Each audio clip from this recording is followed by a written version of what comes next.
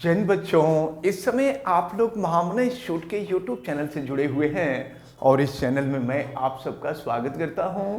आज हम लोग class 9th mathematics Hindi medium NCERT book के 13th चैप्टर पृष्ठीय क्षेत्रफल और आयतन यानी सरफेस एरिया एंड वॉल्यूम के प्रश्नावली 13.2 के क्वेश्चन नंबर 4 को देखने जा रहे हैं।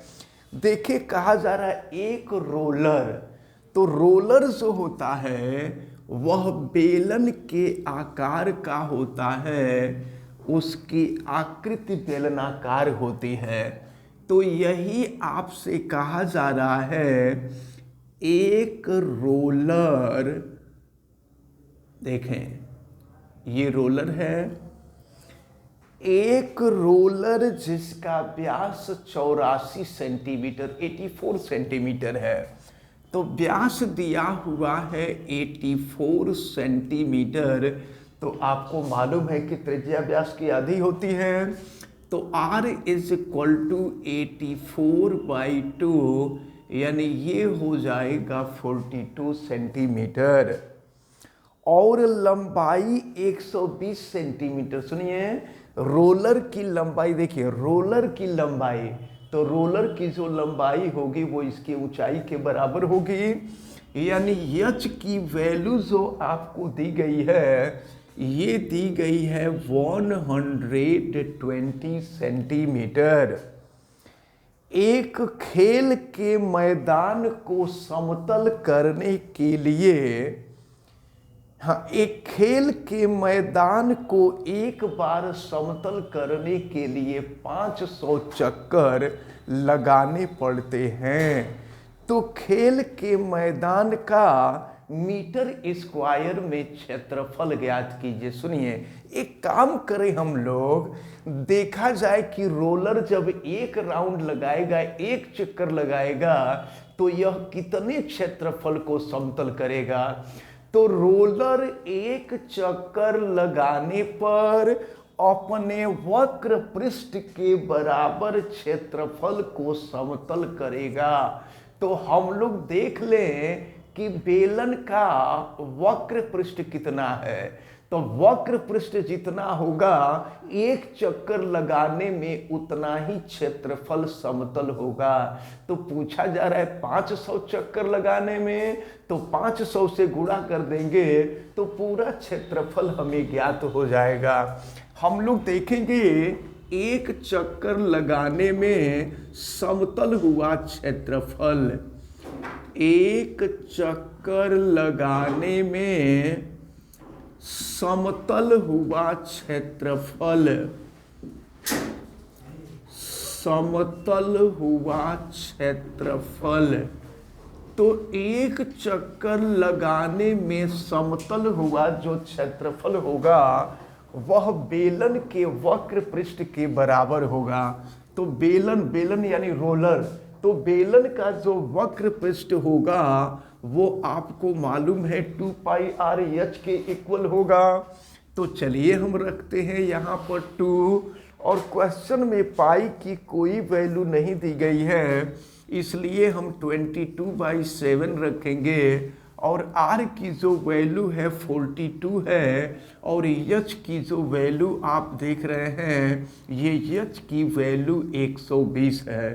साथ से अगर इसको हम कटा दें तो ये हो जाएगा 7×42 6 हो जाएगा। और फिर देखिए कि क्या होगा, अगर हम 120 में 2 का गुणा कर दें तो ये 240 हो जाएगा, और 22 में अगर 6 का गुणा कर दें तो 6 दूना 12 हो जाएगा, 6 दूना 12 1 13, ये 132 हो जाएगा। इतना सेंटीमीटर स्क्वायर हो जाएगा। यानी रोलर अगर एक राउंड लगाएगा तो एक राउंड लगाने पर उसके द्वारा समतल हुआ क्षेत्रफल इतना होगा। तो आपसे ये कहा जा रहा है ना कि उस खेत को समतल करने के लिए 500 चक्कर लगाना पड़ रहा है। तो 500 चक्कर लगाने में समतल हुए खेल के मैदान का क्षेत्रफल हम लोग देखेंगे। 500 चक्कर लगाने में समतल हुआ क्षेत्रफल, समतल हुआ क्षेत्रफल। तो समतल हुआ जो क्षेत्रफल होगा वो देखें तो 500 चक्कर, एक चक्कर में इतना क्षेत्रफल, तो 500 चक्कर में कितना होगा, इसके लिए 500 का गुणा कर देंगे तो ये हो जाएगा 500 गुणे 240 और गुणे हो जाएगा 132 और ये हो जाएगा सेंटीमीटर स्क्वायर। लेकिन प्रश्न में देखिए आपसे मीटर स्क्वायर में पूछा जा रहा है, तो सेंटीमीटर को मीटर में कन्वर्ट करने के लिए 100 से भाग देते हैं और वर्ग सेंटीमीटर को वर्ग मीटर में बदलना है, इसलिए इसमें 100 गुणे 100 से भाग दे देंगे तो फिर ये वर्ग मीटर में कन्वर्ट हो जाएगा। तो ये है आपका 500 गुणे 240 गुणे 132 और नीचे हो जाएगा 100 गुणे 100 और अब ये सेंटीमीटर में नहीं बल्कि मीटर स्क्वायर में हो जाएगा। अब हम लोग इसको कटा में देखिए 2 0 से 2 0 कैंसिल हो गया, 1 0 से 1 0 कैंसिल हो गया, 5 से कटा दीजिए तो 5 दूना 10 हो गया और 2 से कटा दीजिए तो ये हो जाएगा आपका 12, यानी ये हुआ आपका 12 गुणे 132। फिर इसका गुणा कर दीजिए तो देखिए 12 दूना 24 हो जाएगा, 4 कैरी 1, 12 3 36 और 36 और 2 हो जाएगा 38, 8 कैरी 1 और फिर 12 का 12 और 12 1 हो जाएगा 13। तो ये हो जाएगा आपका 1384 यानी 1384 मीटर स्क्वायर हो जाएगा। तो आपसे चौथे प्रश्न में यही पूछा जा रहा था कि उस खेल के मैदान का क्षेत्रफल कितना होगा, तो ये 1384 मीटर स्क्वायर के बराबर होगा। तो देखिए यहाँ हाथ से जोड़ने में गड़बड़ी हो गई थी, यहाँ 5 हो जाएगा तो ये हो जाएगा आपका 1584 मीटर स्क्वायर। तो ये आपका जो क्वेश्चन नंबर 4 था, ये क्वेश्चन नंबर 4 कंप्लीट होता है। चलिए देखते हैं क्वेश्चन नंबर 5। किसी बेलनाकार स्तंभ, ये बेलनाकार स्तंभ हालांकि थोड़ा सा टेढ़ा बना हुआ है लेकिन बेलनाकार है, तो एक बेलनाकार स्तंभ का व्यास, व्यास का मतलब वही डायामीटर, और ये आपको दिया हुआ है 50 सेंटीमीटर। तो अब त्रिज्या निकाल लीजिए, तो त्रिज्या क्या होगा, व्यास का आधा हो जाएगा तो ये हो जाएगा 50/2 यानी ये हो जाएगा 25 सेंटीमीटर। और इसकी ऊंचाई, तो एक काम करते हैं, देखिए ये सेंटीमीटर में है ना, इसको मीटर में कन्वर्ट कर लेते हैं। तो आपको मालूम है सेंटीमीटर को मीटर में कन्वर्ट करने के लिए 100 से डिवाइड कर देंगे।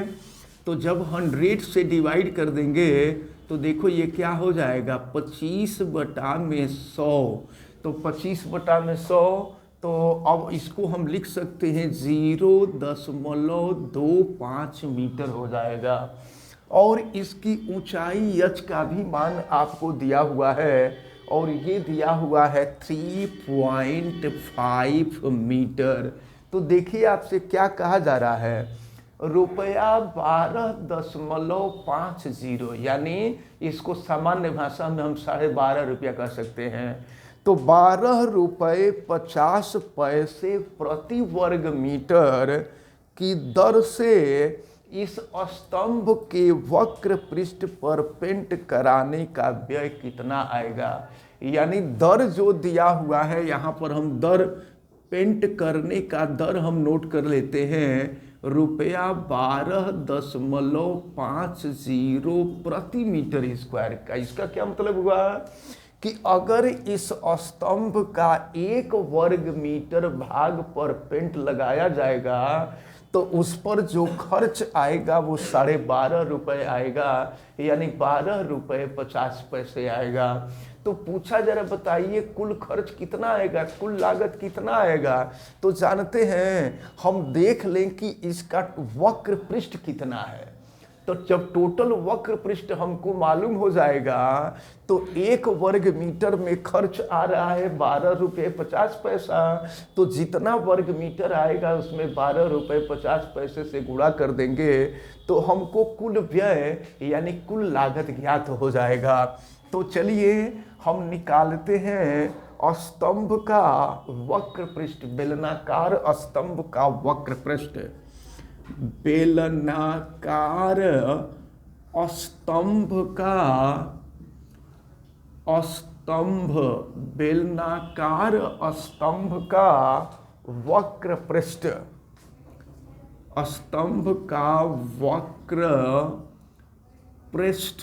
अच्छा एक चीज देखिए, वक्र पृष्ठ का मतलब केवल यही भाग है जो सामने वाला दिखाई दे रहा है ना, ये जो सामने वाला भाग दिखाई दे रहा है यही, ये ऊपर और नीचे वाला भाग इसमें नहीं आता है। वक्र पृष्ठ में केवल ये एरिया आता है। तो देखें वक्र पृष्ठ जो होता है ये 2πr(h) के बराबर होता है। हम इस फार्मूले को पहले भी बता चुके हैं। तो अब देखें क्या हो जाएगा, 2 और पाई की जो वैल्यू है ये आपको मालूम है 22/7 और r की जो वैल्यू है ये है 0.25 और h की जो वैल्यू है ये है 3.5। चलिए इसको हम सॉल्व करते हैं। तो ज़रा देखिए 7 से इसको कटा देंगे तो 7 5 35 यानी 0.5 हो जाएगा। और ज़रा ये देखिए आप 0.5 का जब हम 2 में गुणा करेंगे तो 1 हो जाएगा। तो अब तो ये 1 हो गया तो बचा क्या, बचा 22 और 0.25। अब देखिए कि ये क्या हो जाएगा, तो 25 दूने 50, 25 दूना 50, ये 550 और फिर दशमलव का 2 अंक काट देंगे तो ये हो जाएगा 5.5 मीटर स्क्वायर। ये जो वक्र पृष्ठ मिल रहा है ये 5.5 वर्ग मीटर स्क्वायर मिल रहा है। तो देखिए अभी भी गलती हो रही है क्या, 25 दूना 50 ठीक तो है, और फिर जो है ये 25 दूना 50 ये हो जाएगा आपका 5.5 मीटर स्क्वायर हो जाएगा। तो अब देखिए आपसे पूछा जा रहा है कि कुल कितना व्यय होगा। तो 1 वर्ग मीटर पे खर्च आ रहा है 12.50 1 वर्ग मीटर पर। तो 5.5 वर्ग मीटर पर कितना व्यय होगा, तो इससे हम गुणा कर देंगे। तो पेंट कराने में कुल व्यय लिख दिया जाएगा। पेंट कराने में कुल व्यय बराबर हो जाएगा आपका 5.5 और ये हो जाएगा 12.50।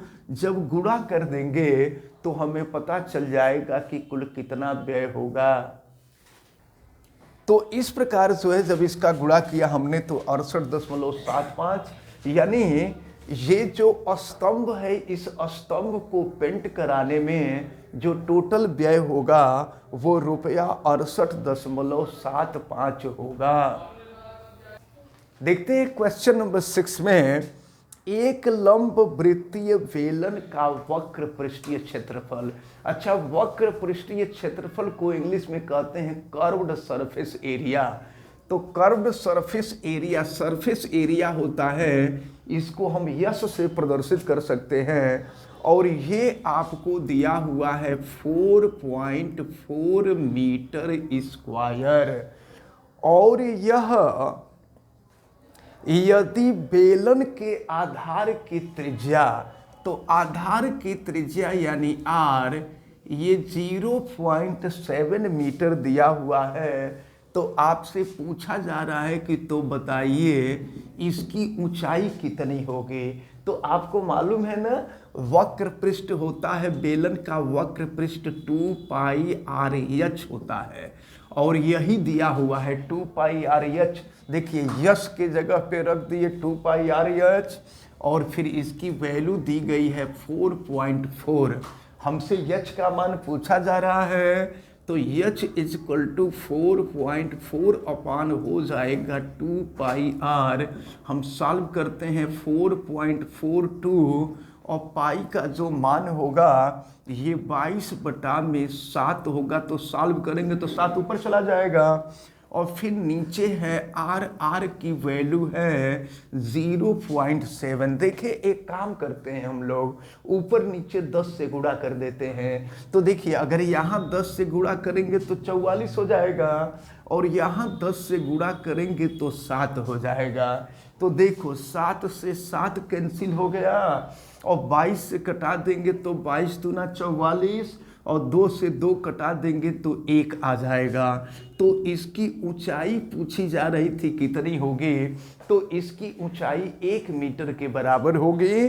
तो इस प्रकार आज आप लोगों ने देखा ये क्वेश्चन नंबर 4, 5 और 6, ये तीनों क्वेश्चंस को आज हम लोगों ने देखा। हमें उम्मीद है कि ये तीनों क्वेश्चन आपको बहुत अच्छी तरह से समझ में आए होंगे। आप वीडियो को लाइक ज़रूर कीजिएगा, और अगर आप चैनल पे नए हैं तो चैनल को सब्सक्राइब भी कर लीजिए, बेल आइकन को भी प्रेस करें, और वीडियो को मैक्सिमम स्टूडेंट तक शेयर करें। आप सभी लोगों का बहुत बहुत धन्यवाद। जय हिंद।